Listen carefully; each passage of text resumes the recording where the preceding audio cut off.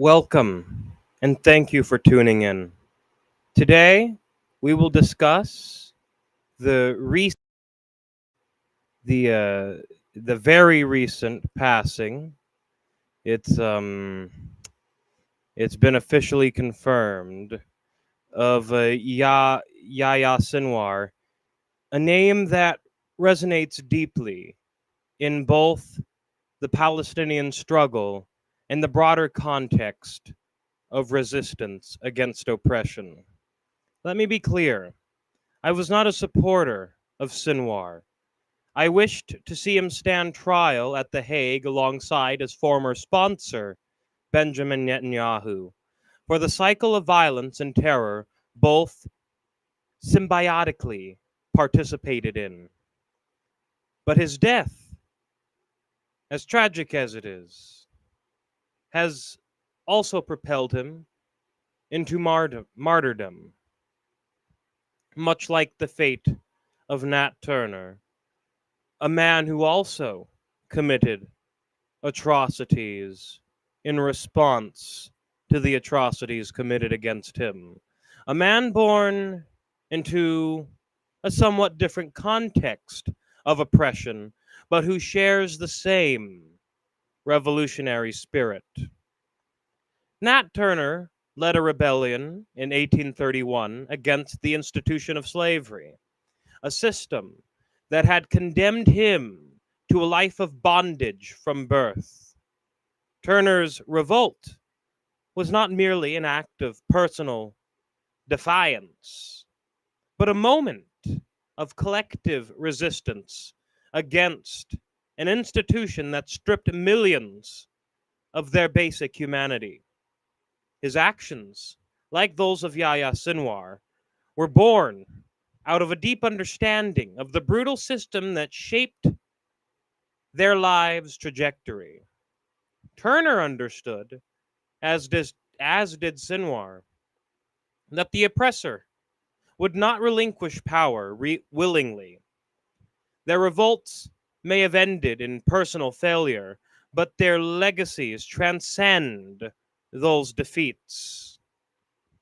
Yahya Sinwar's trajectory in the Zionist Palestinian conflict is far more complex, entangled in decades of violence, occupations, machinations of rather diabolical individuals, and political intrigue.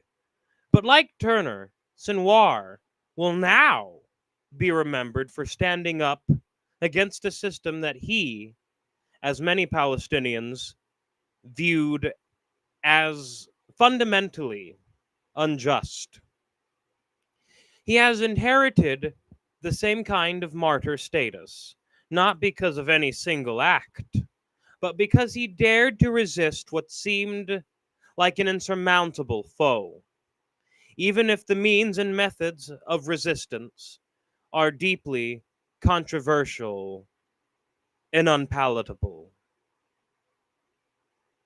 And so it brings me to what really provoked this particular stream on my part, the topic anyway. Nick Fuentes, who recently belittled Sinwar's courage, calling his efforts essentially futile, essentially telling Palestinians to take the L and accept their defeat. This take by Fuentes, in its simplicity, is not only misguided, but also deeply ignorant of the historical and symbolic significance that martyred revolutionaries hold.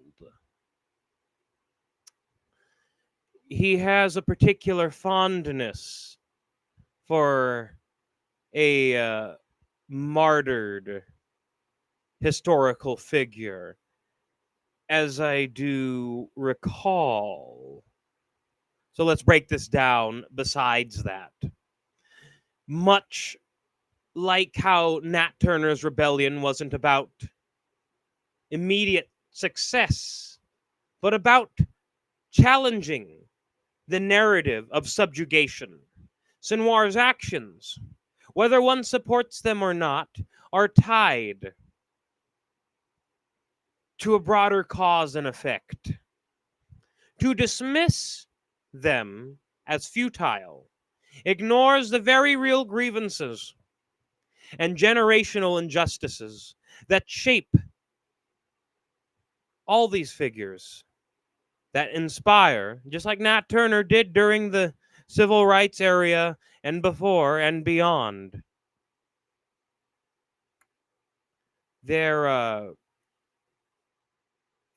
these figures like Turner, who inspired all that vigor, play in inspiring future resistance movements, whether Fuentes wants to admit it or not. Now, let's not pretend that martyrdom alone can achieve justice. We know that real, substantive change requires more than symbolic gestures. But to belittle such acts of resistance as pointless is to ignore the weight they carry in the hearts of those who are oppressed and those who commit such acts of resistance. It is precisely the impact of these figures that makes Fuentes' commentary so hollow and disconnected from the reality of struggles like that of the Palestinians. This brings me to a larger issue: the comparison between Nick Fuentes' take the L encouragement and Jill Stein's semi-recent concessions to establishment media figure Mehdi Hassan. In my earlier Substack post, I pointed out how Fuentes' stance towards the Palestinians is rooted in the same politics of despair as Stein's taming of the rage of Zionist-occupied Americans. When Fuentes tells the Palestinians to take the L, he's giving voice to a deep-seated resignation, a belief that the fight is futile, that the powerful will always win, and that the oppressed should just stop struggling and, just take it. Similarly, Stein, under pressure from Mehdi Hassan, was quick to condemn leaders like Vladimir Putin and Bashar al-Assad, key figures in the multipolar world order, despite their efforts to defend their sovereignty from Western NATO encroachment. Her concession is emblematic of the same kind of political defeatism that Fuentes exhibits. Both of them are, in their own ways, trying to pacify said resistance, albeit in different arenas. This is precisely the kind of politics of despair that my friend and choice for president, Dr. Shiva Ayyadurai, has been critiquing. And it's the kind of politics that Shiva has brought up to me time and time again, of which I've witnessed and struggled with myself. Shiva speaks of how this sense of inevitability, the belief that nothing can be done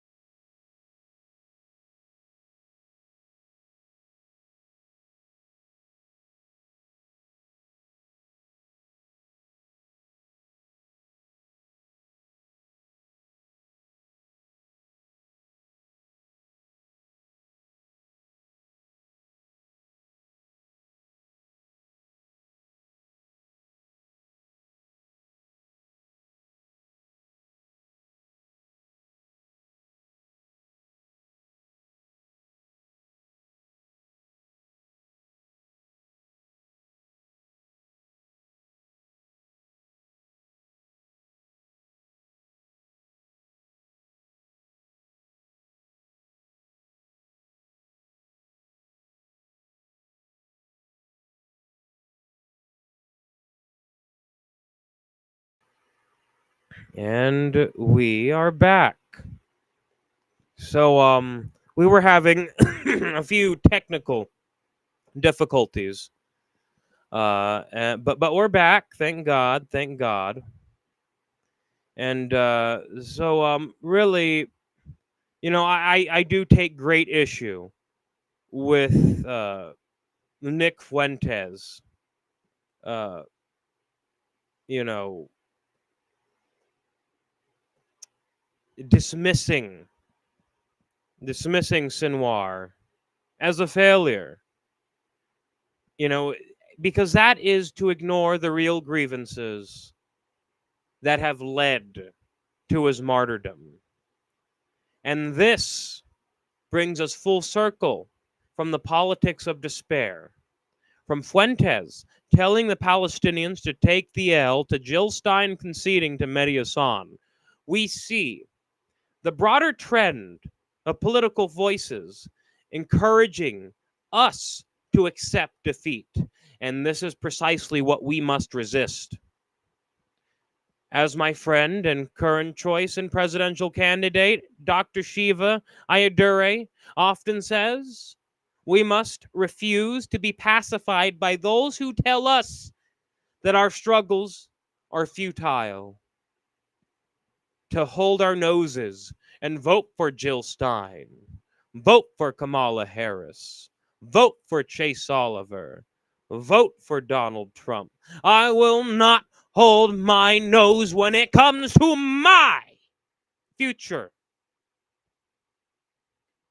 Whether in Palestine, in the United States, or anywhere else in the world, the fight for justice and sovereignty must continue. And we must reject the voices of despair that tell us otherwise. I wanted to go for longer, but we're having issues with the storms as of late. The temperature has been quite nice, so I am wearing a blazer. But it I want to thank everybody for listening. And I was really trying to go on for half an hour, but it seems circumstances in my part of this world will not abide by my desires. So I bid you adieu until a later time. And I will never tell you to take the L when it comes to your dignity as a human being. And I absolutely connect that to Jill Stein's blatant cowardice.